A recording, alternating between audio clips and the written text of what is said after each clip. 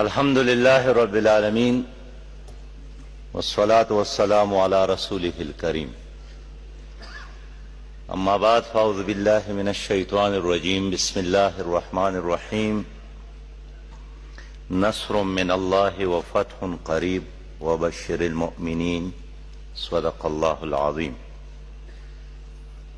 قابل احترام جناب چیئرمین سینٹ پاکستان، محترم وزیر اعظم پاکستان، قائدین پاکستان، قائدین کشمیر، بھائیوں اور بہنوں، السلام علیکم ورحمۃ اللہ وبرکاتہ.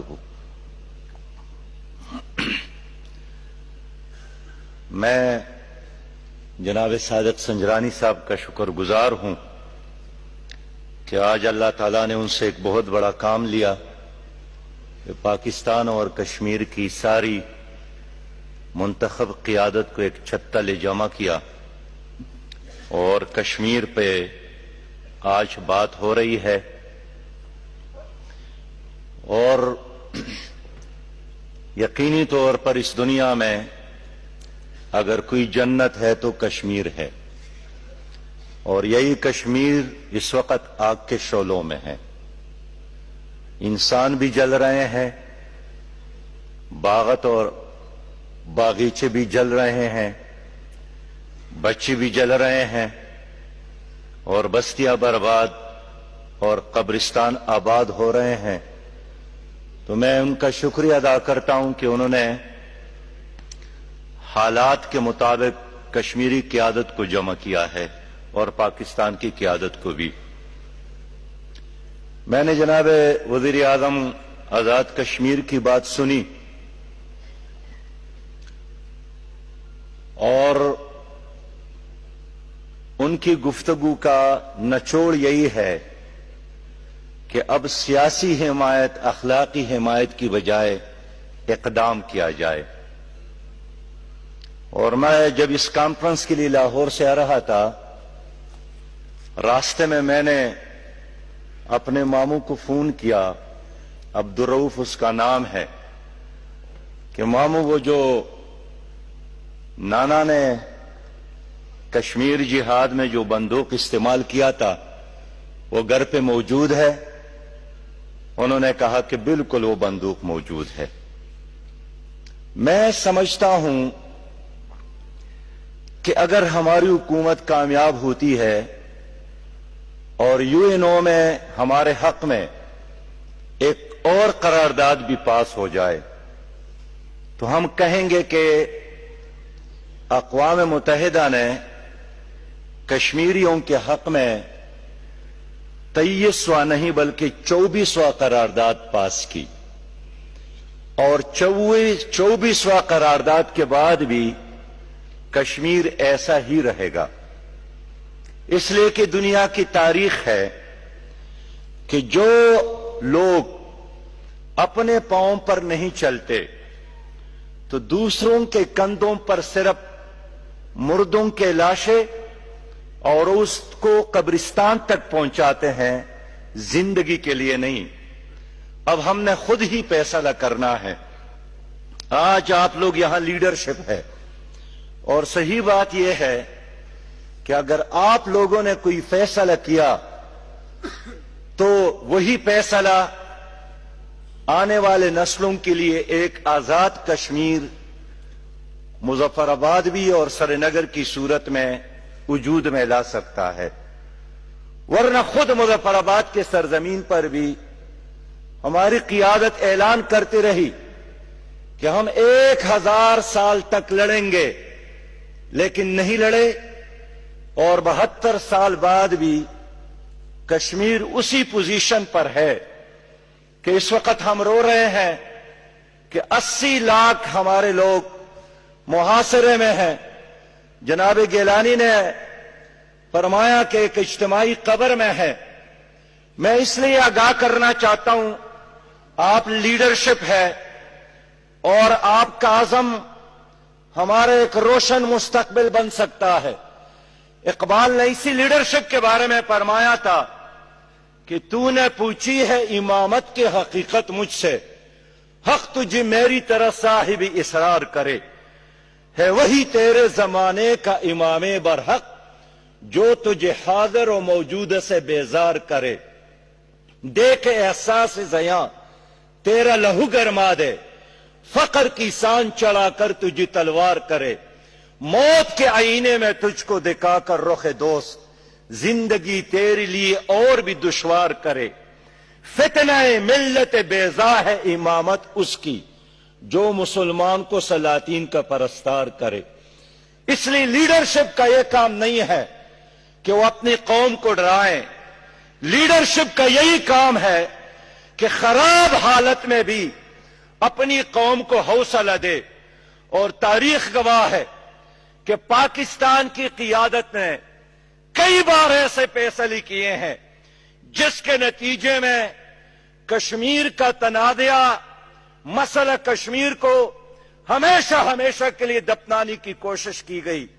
لیکن آج میں سلام پیش کرتا ہوں سید علی گیلانی کو, شبیر شاہ کو, میر وائس کو, آسیہ اندرابی کو اور ان 7 سال کے معصوم بچے کو جس کے ہاتھ میں پتھر ہے, اور اس 90 سال کے بوڑھے بزرگ کو جس کے ہاتھ میں پتھر ہے, اور جنہوں نے فیصلہ کیا کہ نہ ہم بھارت کے ظلم اور جبر کے آگے جھکیں گے اور نہ ہم پاکستانی قیادت کی بے وفائی کی وجہ سے اپنی منزل کو چھوڑیں گے اور پیچھے ہٹیں گے. اور آج اگر میں سلام پیش کرنا چاہوں تو کیوں نہ اس رابعہ کی خدمت میں جنہوں نے پہلی, دوسری اور تیسری چھت پر چڑھا اور دشمن نے جب اس کا تعاقب کیا تو رابعہ نے چھلانگ لگائی اور آخری نعرہ بھی یہی تھا کہ کشمیر بنے گا پاکستان.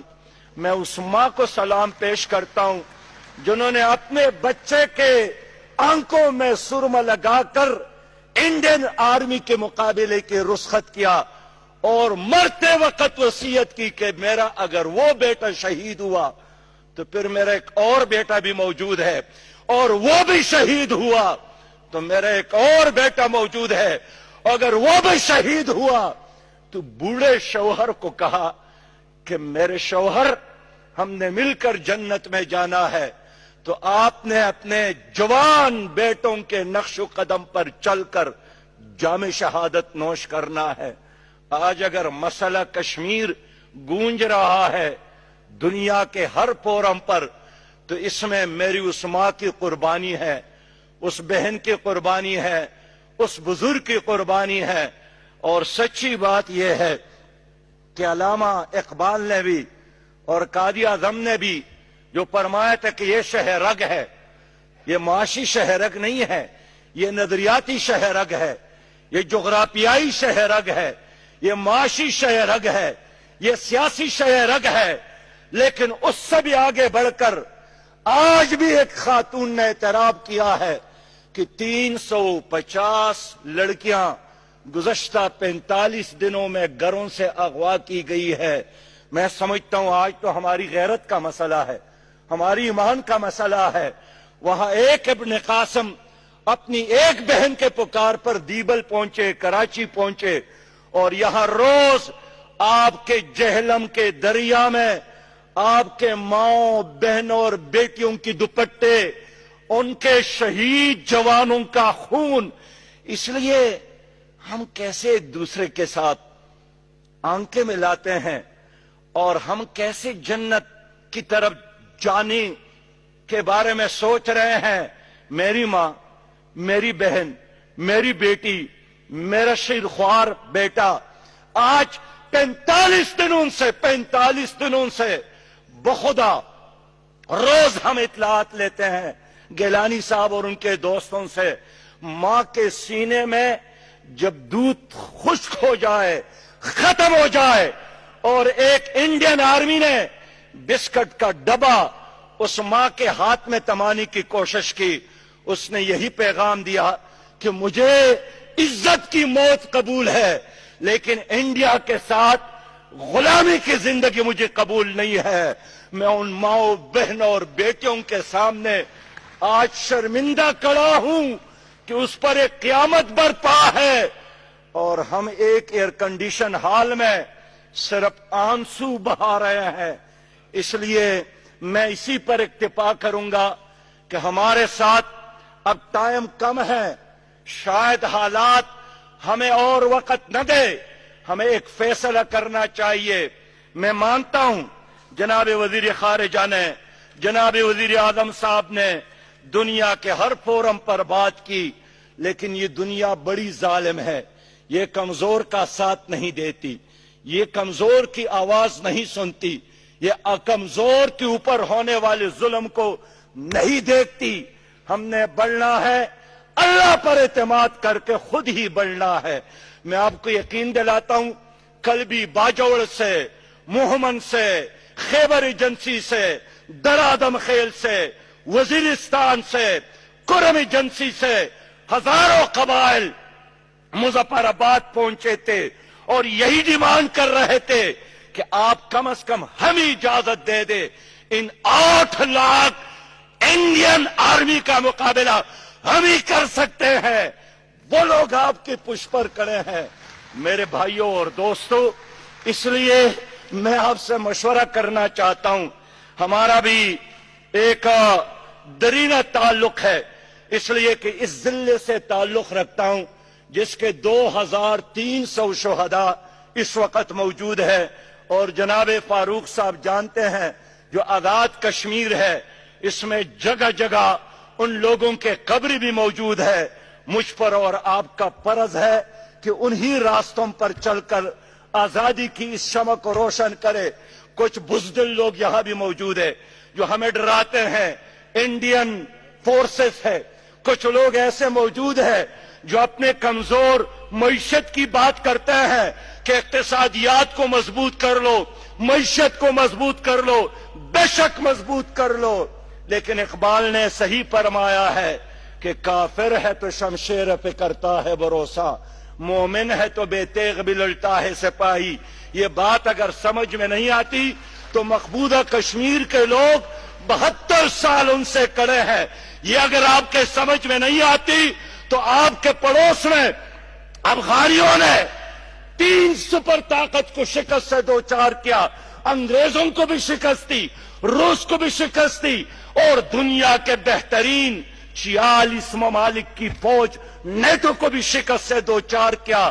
اور نہیں وہی نیٹو ہے آج پاکستان سے بھیک مانگ رہا ہے کہ ہمارے لیے افغانستان سے نکلنے کے لیے کوئی راستہ ڈھونڈ لے. خدا کے بندو، ہم کمزور ہے لیکن تمہارا رب کمزور نہیں ہے. اگر اس نے بدر میں ساتھ دیا تھا، آپ کا ساتھ بھی دے گا. لیکن اپنے کشمیریوں کے لیے اب خود ہی آگے بڑھنا ہوگا. آپ پہلا قدم اٹھا لے، اگلا قدم چاروں طرف آپ کے ساتھ فرشتے ہوں گے.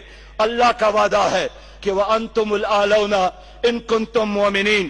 میرے بھائیوں، میں تجاویز بھی دینا چاہتا ہوں. پہلی بات تو یہی ہے کہ کشمیریوں نے کشتی جلائی ہے. اب آپ بتائیں، آپ لوگ کشتیاں جلانے کے لیے تیار ہے کہ نہیں ہے؟ آپ لوگ کشتیاں جلانے کے لیے تیار ہے کہ نہیں ہے؟ میرے دوستو، کشتیاں نہیں جلائیں گے، بخدا اللہ کی رحمت نہیں آئے گی. وہ طارق بن زیاد نے کشتی جلائی، اور اقبال کے الفاظ میں کہ طارق چون بر کنارہ ان لس سپینہ سوخ گفتند کاری تو بر نگاہ خرد خطاس. اس نے جب کشتیاں جلائی تو عقل مندوں نے کہا کہ بہت غلط کام کیا. خندید دست خویش بے شمشیر بردگو، ہر ملک کے ماس کے ملک خدائے ماس. وہ ہنس پڑے اور تلوار کو ہاتھ میں پکڑ کر لہرایا کہ ہر ملک میرا ہے جو میرا رب کا ہے. میرے دوستو، انہوں نے کشتیاں جلائی ہیں، ہم بھی کشتیاں جلائیں گے. دنیا پر آپ کے قدموں میں بیٹھے گی، اس لیے کہ کشمیر 4 ایٹمی ممالک کے درمیان ہے. چائنا ایٹمی ملک ہے، روس ایٹمی ملک ہے، انڈیا اور پاکستان اور افغانستان سپر ایٹمی ملک ہے. اس لیے کہ انہوں نے 3 ایٹمی طاقتوں کو شکست سے دوچار کیا. میرے دوستوں اور میرے بھائیوں، آپ کے پنجاب کے لوگ بیٹھے ہیں. یہ جو ہریالی ہے، یہ جو خوبصورت پنجاب ہے، یہ جہلم کی وجہ سے، ستلج کی وجہ سے، راوی کی وجہ سے، چناب کی وجہ سے خدا کی قسم ایک قطرہ بھی آپ کو نہیں ملے گا پانی کا اگر یہ جہاد کامیاب نہیں ہوا. آپ کہاں جائیں گے؟ کہاں ہجرت کریں گے؟ کہاں مہاجر بنیں گے؟ آپ کے لیے ایک ہی چوائس ہے اور کشمیر کے آزادی کا. میں نے سینٹ میں بھی تجویز دی ہے کہ آزاد کشمیر کے وزیر اعظم سیاسی اختلاف سے ہی اس وقت اس کو پوری کشمیر کا وزیر اعظم تسلیم کیا جائے. میں نے سینٹ میں بھی تجویز دی ہے کہ آزاد کشمیر اسمبلی کو جموں اور کشمیر اور پوری کشمیر کا اسمبلی ڈکلیئر کیا جائے اور اس اسمبلی کا پہلا اجلاس نیو یارک میں بلایا جائے تاکہ دنیا کو پتہ چلے کہ اس کشمیری قوم کے اصلی قیادت کون ہے. میں نے تجویز پیش کی ہے کہ دپا 370 اور 35A کی بحالی کا مطالبہ نہ کرے. اس لیے سنجرانی صاحب، اس لیے کہ انڈین بہت شاطر ہے اور یہ ممکن ہے کہ حکومت کے اشارے پر سپریم کورٹ آف انڈیا حکومت کو آرڈر دے دے کہ دپا 370 بحال ہو اور پھر مودی دنیا کو بتا دے کہ اور کیا چاہتے ہو. میں نے دپا 370 بحال کی تو کیا ہماری لڑائی ختم ہو جائے گی؟ کیا ہمارا مطالبہ پورا ہو جائے گا؟ اس لیے ہمیں کلیئر ہونا چاہیے 370 اور 35A مسئلہ نہیں ہے، ایک ہی مسئلہ ہے اور وہ یہ کہ کشمیر کا الحاق ہو پاکستان کے ساتھ. میرے بھائیوں، اب تک دیکھیے مسلمان مر رہا ہے، اس لیے ریڈ کراس وہاں نہیں گیا، ہلال احمر وہاں نہیں گیا. ہمیں مطالبہ کرنا چاہیے کہ اب بھی اگر امن فوج بین الاقوام کی نہیں آئی تو کب آئے گی؟ جب میرا کشمیر قبرستان بن جائے. میرے دوستوں اور میرے بھائیوں، ہمیں آگے بڑھنا ہے، اپنے لوگوں کا ساتھ دینا ہے. اس وقت بہت بڑا مسئلہ ہے ہمارے لیے کہ سعودی عرب اور ایران کے درمیان اختلاف ہے، بلکہ ایک جنگ برپا ہے. اس جنگ کا نقصان عالمی اسلام کو بھی ہے لیکن کشمیر کو بھی ہے. میں اپیل کرتا ہوں حکومت پاکستان سے کہ اس جنگ کو ٹھنڈا کرنے، اس کو نارمل کرنے حالات کو، اور اس چپکلش کو ختم کرنے میں کلیدی کردار ترکی کو ادا کرنا چاہیے، پاکستان کو ادا کرنا چاہیے، ملیشیا کو ادا کرنا چاہیے. اور دوسرا مسئلہ ہمارا پڑوس میں افغانستان میں طالبان اور امریکہ کے درمیان مذاکرات کا ناکام ہونا ہے. میں سمجھتا ہوں کہ یہ بھی پاکستان کے لیے کوئی اچھا شگون نہیں ہے.